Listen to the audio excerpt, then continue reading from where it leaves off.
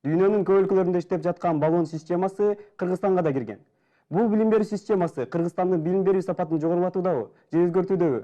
Же болбосо Кыргызстандын жаштарына кандай артыкчылыктар берет? Биз бүгүн мына ушул теманы талкуулайбыз. Саламатсыңарбы? Эфирде Ачык талкуу телепрограммасы, анын алып баруучусу мен Бакай Калматов. Талкуубузду баштаардан мурун биз видео сурап калганбыз. Ушул суроо менен негизи баллон системасын билесиздерби, ал боюнча түшүнүгүңүздөр барбы деген видеого көңүл бурсак. Балловый эмеспи? Жок, ошо баллон экен да, ошолчу. Баллон системасын билесиңби сен? Мен вообще биринчи жолу отам баллон системасы деген бизге бар элек да, медфакта. Мачам. Студентсизби же окутуучусу? Студент эмесмин. Эме берип коесузбу? Баллон системасы деген эмне? Жөн мен ачык элем. Кайсы система менен окуп атканыңарды билесиңерби? Негизи Кыргызстанда баллон системасы менен окутушат да. Ошол боюнча түшүнүгүңөр барбы? Жок.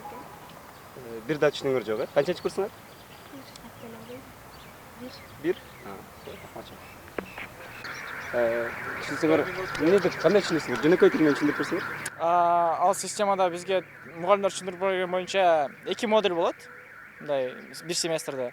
Анан акырында экзамен тапшырабыз. Ошол боюнча окуп жатабыз да. 2 модуль, анан Экзамен.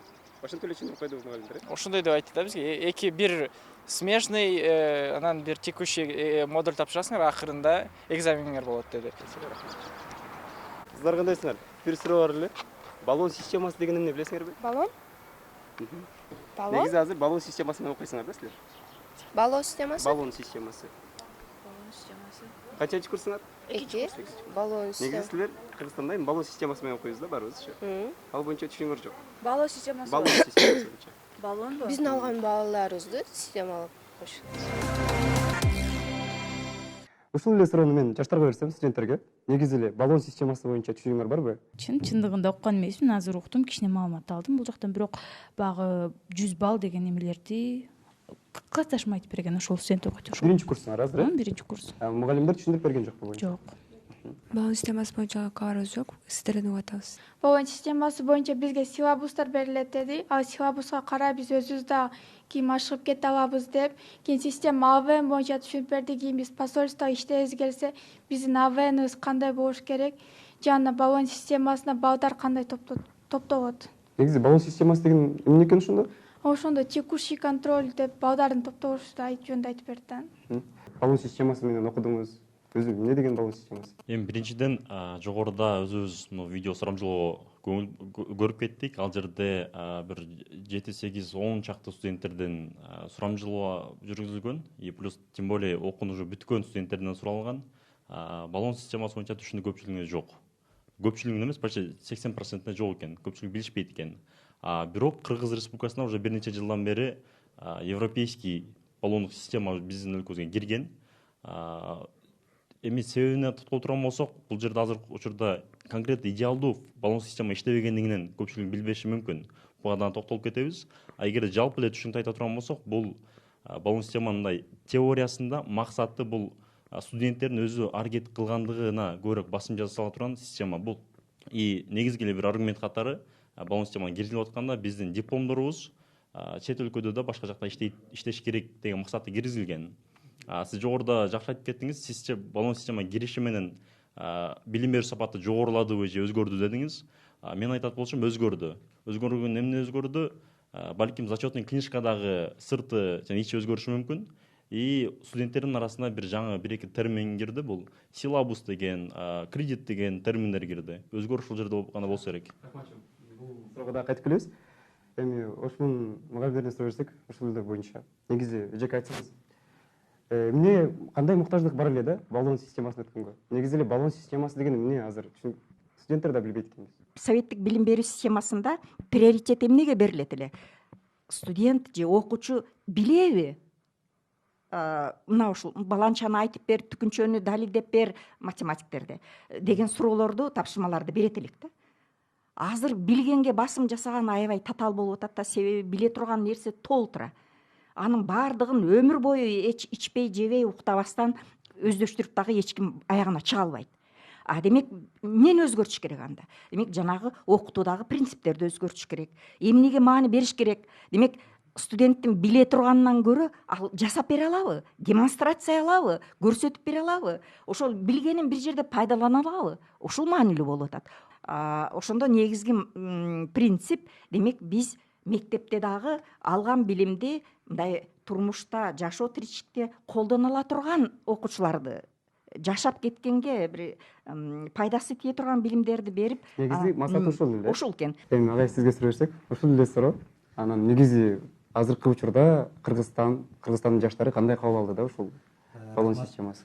Европа өлкөлөрүндө 1997 жылдарынан башталса, андан кийин өнүгүп, өсүп, дүйнөдө таркап, биз бул 2011 жылы гана, андан мурун бир канча долбоорлор болгон, 2011 жылы гана өкмөттүн токтому менен ушул процесске киргенбиз. Мындан кийин эң негизгиси биз мындай жолду эмне үчүн тандап алдык деген себеби биз билим берүү системасы, башкача айтканда, эл аралык билим берүү мейкиндигине биз кошушубуз керек болчу. Өзгөчөлөнүп, азыр мына Өзбекстанда кечиктирип атат. Бир канча студенттерине, ошол жашоочуларына мындай ыңгайсыздык жаралып атат да. Ал эми биздин ушул Кыргыз өлкөсүндө өткөнүбүз ошол студенттердин эл аралык билим берүү мейкиндигине чыгууга, башка өлкөлөргө барып келүүгө, ошол башка өлкөлөрдөгө жумушка орношууга бир канча жардам берди. Чыныгы жетишкендик мындай билимдүү студенттерге, бүтүрүүчүлөргө бул кайра бул жол ачып атат да. Жол ачып атат. Сөзсүз түрдө бул кредит система, эгер мурунку эле система менен окуп жүрө бергенде биздин билимибиз, билимдүү экенибизди далилдей албайт элек да. Азыр сиз жакшы билимдүү болсоңуз, кредитиңиз анан жогорку баалоо шкалалык балдарды алсаңыз, алардын баалары менен салыштырганга мүмкүнчүлүк түзүлдү да. Ошондуктан ушу кредит системасы бирдей болгондуктан ушундай билим берүүнү интернационалдаштыруу жана башка ушундай ишке ашырылды деп айтсак болот. Рахмат чоң. Азыр кийинки сурообузду аудиторияга берсек, негизи Кыргызстан эмне үчүн бул системага өттү? Ушул суроо да. Анан ага кандай зарылчылыктар бар эле? Азыр агайлар да айтып кетти. Негизи силердин оюңар кандай да? Мисалы студенттер бар. Саламатсыздарбы? Негизи эле азыр бул жерде биздин агайыбыз жана эжекебиз айтып кеткендей эле, бизде дайыма жаңылануу болуп туруш керек да. Агай эжеке айткандай, мурун СССРде окуган билим системасы бул такыр башкача болчу. Ал эми азыркылар такыр башкача да. Бул айткан бул баллон системасы. Бул жакта бир студентибиз айтты. Ал жерде студент өзү аракет кылыш керек да. Балл топтош керек. Эгерде студент окуй албаса же болбосо ошол баллды топтой албаса, кийинки курска өтө албайт деген бул маанини билдирет да. Ошондуктан азыркы биздин мамлекет канчалык өнүккөн сайын биздин билим системабыз да ошончолук өнүгүш керек. Жогоруда эжеке эң туура айтып кетти. Заман талабына жараша өзгөрүү, өнүгүү болуп туруш керек. Бирок мен ойлойм, ошо баллон системаны биз жогорку окуучуларга киргизип атабыз. Бирок ошо жогорку окуучуга келген студенттер нары жактан ошого даяр болуп келатабы? Ал нерсе садиктен башталыш керек. Ал нерсе мектептерде башталыш керек. Садик мектептердеги берген тарбиялар, билими совет ордундагы эле ошол эле система менен келатат. Ошол эле китептер, ошол эле программа менен келатат. Бирок жогорку окуучуга келгенде биз уже европалык система өтүп кетатабыз. Ошол нерсе бизлер даяр эле өзгөрткөндө балким ошол жагын өзгөртүп келген туурадыр эле.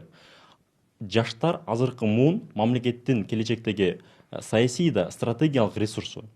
Ушул муун келечекте кумтөрдөн оңун алып келип бере турган муунушулар бизбиз. Ошондуктан негизги басымды мен ойлойм ушул жаштардын билимине басым жасаш керек. Азыр биздин эксперттер, көпчүлүк эксперттер айтып атат, ушул бакалавр системасы менен бүткөн кесип ээлери мындай эч кандай бир азыркы заман талабына жооп бере албай атат. Алар жогорку окуу жайдан билимди алып келет, дипломду көгүнда кызын алып келгендер кесиптин ээси боло албай атышат деген эксперт ойлор көп. Бүгүн болбосо эртең болбосо бүрсү күнү. Рас ошол стандарт коюлуп атабы? Биз аккредитациядан өтүп атабыз. Мектептер аккредитациядан өтүп атат. Демек, аккредитациядан өттү деген сөз, минималдуу талаптар 100% болбосо дагы мындай үмүттөндүрүп атат. Булардын иштеринде мына бүгүн ушундай абал экен, эртең бүрсү күнү бул көтөрүлө турган даремети бар экен деген жол менен билим берүү ишмердигин улантканга уруксат берип атат. Эжеке суроо да мындай.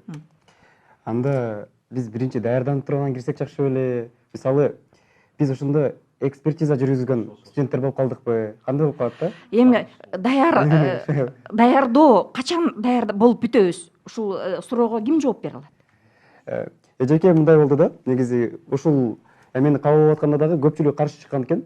Анан бир өтө күчтүү профессор айтыптыр. Силер баардык айлыга компьютерларды бердиңер дагы, бирок электричество бере элексиңер деп тур да. Анан эми ушул жерде түшүнүктүү болду да.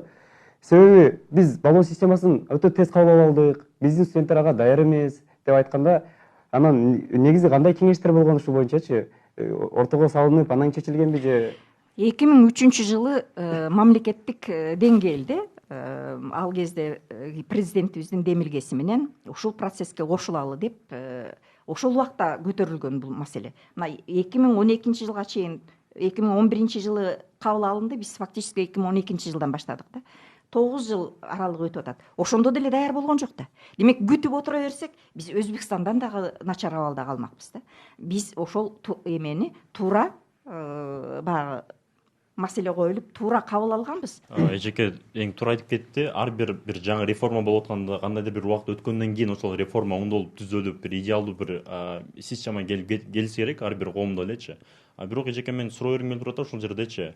Могул 2014төн бери азыр иштеп атабы бизде? 2014төн бери. 11ден бери. 11 жылы токтом кабыл алынды. Вуздар кайсы жылда башталды? 2012. Вот уже могул 7-8 жыл өтүп калыптыр. Дагы канча жыл керек болот ушул биздин системабыз бир идеалдуу бир формага түшүп иштеп кетиш үчүн? Азыркы тарбияланып аткан жаштар дагы канча жыл жертва болушу мүмкүн деген суроо болот. Жертва деген өтө эле мындай катуу айтылган нерсе. Уже мындай формасы боюнча биз калыпка түшүп бүттүк Кыргызстанда. Демек канча кредит топтош керек, окуу процессин кандай уюштуруш керек, формалары уже баардык окуу жайларда бар да. Эми ички мазмунду ошого төп келтириш зарылдыгы болуп атат да. Мисалы үчүн мурдакыдай эле мугалимдерде өзгөчө улуу муундун өкүлдөрүндө мынабу материалды, мынабу теманы сөзсүз окутуш керек деген эме бар да. Мына 57 кесип уже 5 жылдан кийин жок болуп кетет экен да эми. Ошол кесипте иштеп жүргөн адамдар бар да эми. Алар өз алдынча уже башка кесипти өздөштүрөт, бир эмеге тапшырат. Эң негизгиден ошол окутуу парадигмасы өзгөрүш керек критик системада. Мурун биз адамдарды, студенттерди окутсак, башкача айтканда студент өзү билчү эмес да, кесипти тандаган, эртең менен мисалы дүйшөмбү күнү эртең менен келип окуу жадыбалын карайт, ал жерде кыргыз тил, орус тил болсо ушуга кирип, анан ошол окутуучу эмнени айтса, ошону угуп, ошону окуп жүрө берген да. Ал эми бул англисче teaching деп коет. Ал эми жаңы парадигма боюнча learning өзү окуш керек. Биз ошого шарт түзүп беришибиз керек да. Ошол студент мурун окутуучу менен өнөктөш катары өздөрү алдын ала ошол окуп аткан кесиби жөнүндө, кесибин үйрөнүш үчүн кандай план болуш керек, окуу процесс кандай уюштуруш керек, эмнелерди окуш керек, кандай жөндөмдүүлүктөргө ээ болуш керек, жана башка ушунун баардыгын студент менен окутуучу өнөктөш катары чогуу окуш керек. Окуу жай ошого шарт түзүп бериш керек. Биринчи ошол сиз айтып аткан профессорлук окуучулук курам менен ошондо компетенттүү материалдык техникалык базасы болуш керек, окуу методикалык адабияттар менен камсыздаш керек, жана башка системаны жаратыш керек да. Эгерде мисалы бүгүн көпчүлүк Европа мамлекеттери кабыл алып, андан кийин Россияга өтүп, Казакстанга өтүп, анан Кыргызстан өткөн да. Биз ордубузга түшөлөктөн мурун анан Европа дагы башка бир реформация жасап өтүп кетсе да, биз кандай болобуз? Дагы туура өтүп кетебизби же биздин система туура келбей калат? Бул эми табигый эле көрүнүш. Биз мындай цивилизация деп коебузбу? Мындайча айтканда Европадан бир 150 жыл артта жүрүп, ошондой эле процесс жүрөт. Негизинен дагы бир ушул мисал студенттерибизде кичине ошол мындай жакшы алдыга жылуу байкалбай атат негизинен өнүккөн эмеле баягы студенттер, чет элге чыгып келген студенттер уже башка көз караш менен аракеттенип атышат. Рахмат. Ушул боюнча негизи баллон системасы боюнча биз видео түшүндүрмө жасаганбыз. Негизи кандай кабыл алынган, эмне өзү деген боюнчачы. Ошол видеого көңүл бурсак.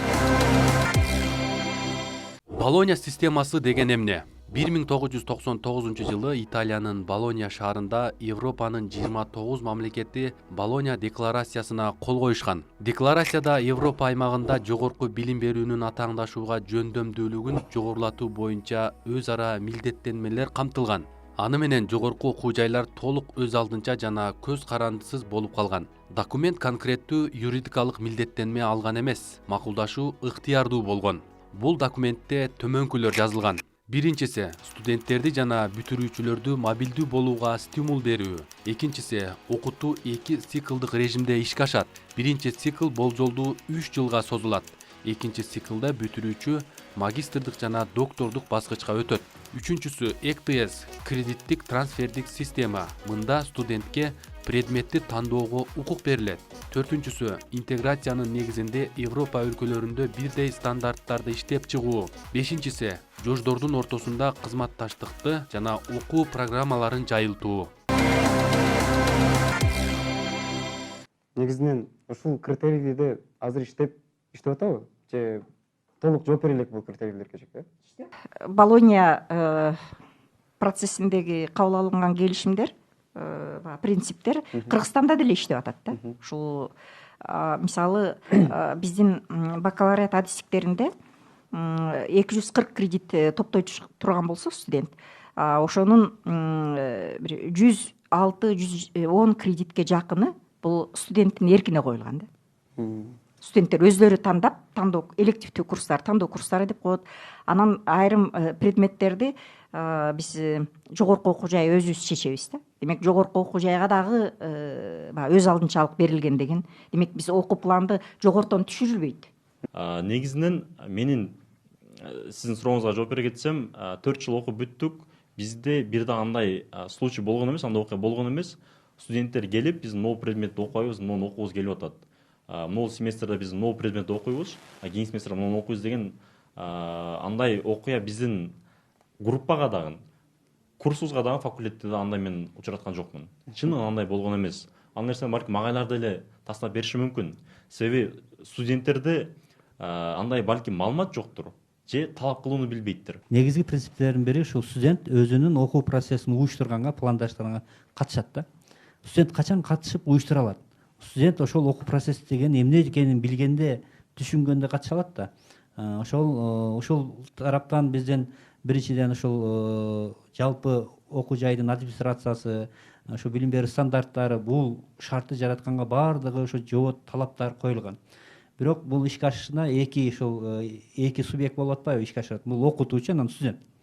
Ушул биринчиден студенттердин активдүү болбогондугу, экинчи окутуучулардын атайлап ушуга тоскоол болгондугу болуп атат да.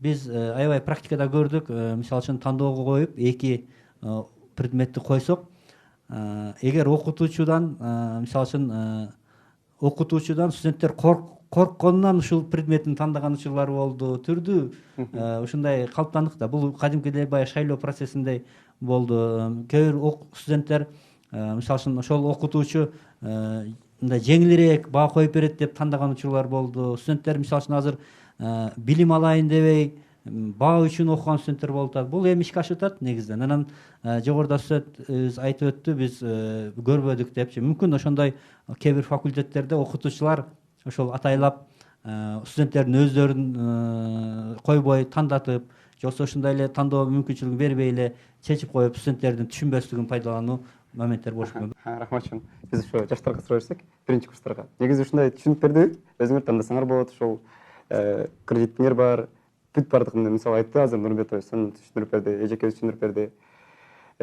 Өзүңөр предмет тандап окусаңар болот деп атат. Биз биринчи барганда эле эмелер түшүндүрдү. Бирок андай мына предмет тандасаң мындай болот деп айткан жок. Магистратурага келгенде каалаган эме профессияңарды тандап ошол жактан магистратураңарды жактасаңар болот деп айтты. Бунун эмесичи, катасычы негизги буну мектеп убагында киргизиш керек. Мектептен башташ керек эле да. Фундаменттен баштаганда анан эме үй курулат да. Ошол үчүнчү мектептен баштап мектепке катуу талап коюп, анан аккредитация деп атат. Аккредитациядан мектептер өтүп деп атат. Ал кандай өткөн, аны текшеришкен деле жок эмелерчи, мына комиссияларчы. Демек бул жерде баллон системасы жөнүндө толук бизге түшүнүк бербеген. Биз ошол биздин окуу жайдын директорлору же билим берүү тармагында иштегендердин бир кандай бир чоң бир катачылыгы десек болот да. Мен азыр ойлоп атам да, өзүңөрдүн тандооңор бар, өзүңөр өз алдынча оюңарды айтсаңар болот деп. Мен бүтүрүүчү кийинки жылы бүтсөм дагы, демек мен дагы барып туруп биздин директорго же болбосо билим берүү тармагындагы биздин окутуучуларга барып биздин адистикке ушул тандасак ушундай болсо керек, ушундай кылалы деген ой пикиримди айтсамбы деген ойлор ушул жерден жаралып атат да мага. Негизи агайлар айтты, ошол эменин критерийине жооп бербей, ошону сактабай агайлар өзү тандап коет деп атат да. Аларга чара көрүлөбү? Негизи чара көрүлгөнбү ошол эмегечи? Ушундай дейм сиздерге. Бизде тандоо процесси окуу планды, жумушчу окуу планды түзүү процесси март-апрель айларында башталат. Кийинки окуу жылга карата ошо вариативдүү бөлүккө канча кредит сунушталган болсо, бардык факультеттерде ошо тандоо процесси жүргүзүлөт. Анан алар мына бул студент муну тандады, тигили студент тигини тандады, мына бул жумушчу окуу планга кирди бул предмет, бул кирген жок деп протоколдорун жазып анан алып келишет. Биз курс бар, группа деген бар, тайпаларда студенттер ушу курс группа менен окутабыз. Ал эми чыныгы баллон системада индивидуалдуу подход кылыш керек. Ар бир студенттин индивидуалдуу жөндөмүнө жараша ошол предметтерди тандап, быйыл бир тайпа менен окуса, кийинки жыл башка группа менен окуп, ошентип ал курс, биз курстан курска көчүрүү жана башка деген процесстер. Бул менин билишимче министрликте ушул боюнча бир канча нормативдик укуктук актылар даярдалып атат, бирок ал кабыл алына элек тилекке каршы. Ушул процесстер дагы андай процесстерди ишке ашыруу үчүн биздин материалдык техникалык базабыз кеңири болуш керек. Ар бир мисалы үчүн университетте аудиториялар кеңири, ар бир профессорлордун саны кеңири. Ошо профессорлор отуруп, мисалы үчүн математикадан берген 3 профессор болсо, бир профессор эртең менен өзүнүн математика курсун окуйт, экинчи профессор түшкө чейин, түштөн кийин 3-чү профессор. Студент өзүнүн карап туруп, математикада менин убактым 3-чү профессорго туш келет экен, мен ушуну тандайм деп, студент өзүнүн окуу жадыбалын түзүш керек да, пландаштырыш керек. Ал эми азыркы учурда андайга мамлекеттик деңгээлде ишке ашпай атат. Корей сериалдарын көп көрөм. Ал жакта болсо дайым болсо балга карап эсептешет го. Окуучулардын кандай окуганы бар болсо библиотекарда окуйт. Билбейм, мен үчүн баллон системасы жакты да. Анткени бизге бүгүн философиядан силабустар берилди. Бардык литературалардын списоги берилди да. Сен жөн ойлоп отурбайсың буну каерден издейт экем депчи, бир гана китепте эмес. Полный список бир английскийден да бизге берилди. Билбейм, мен үчүн абдан жакты да, анткени бул мен ойлогон критерийлерге жооп берет экен. Ручной көзөмөлдөө өтө татаал. Мисалы үчүн студент бир факультетте 1000 студент болсо, 1000 студент 1000 түрлүү историясы бар. Ал эми биз мурдагы система ушул группа менен, курс менен башкача да. Бул жолго коюлуп келе жатат. Буга атайын мына санаа ириктештирүү, автоматташтырган программаларды колдонуу жана башкалар менен чечсе болот. Анан эң негизги жыйынтыгында айтып өтсөм, бизде бир жакшы профессорубуз мындай деген сөз айткан эле, эң биринчи студенттерди туура суроо бергенди үйрөтсөңөр, уже сапаттуу билим берген болосуңар деп атат да. Ошо мен дагы ушу студенттерге дагы ушу ийгилик каалайт элем. Ушул кандай система болсун, ушул жыйынтыгында андай сапаттуу билим алганга умтулсаңыздар, туура суроо берүү деген өзү чоң туура татаал процессти талап кылат да, билимдерди ошо деңгээлде. Мисалы үчүн бир эки эксперт, эки жаран сүйлөшсө, эки башка тилде сүйлөшкөндөй болуп калат эгер билим деңгээли туура келбей калса. Ошондуктан сиздерге ийгилик, баарыңыздарга ушул рахмат. Ушундай бир канча мындай өзүнүн билим алып аткан, окуу процессине кызыгып, мындай ойлонуп аткан студенттердин муундары келе жатат. Келечекте мен ойлойм бул биздин билим берүү системасын, жалпы эле билим берүү системасын жогорулатып, жалпы экономикабыз, коомубузду өнүккөнгө алып келет деп ойлойм. Рахмат. Рахмат. Көч бара-бара түзүлөт дегендей, баллон системасы дагы акырындык менен калыбына келет деп ишенели. Ушуну менен талкуубуз аягына келип жетти. Саламатта калыңыздар.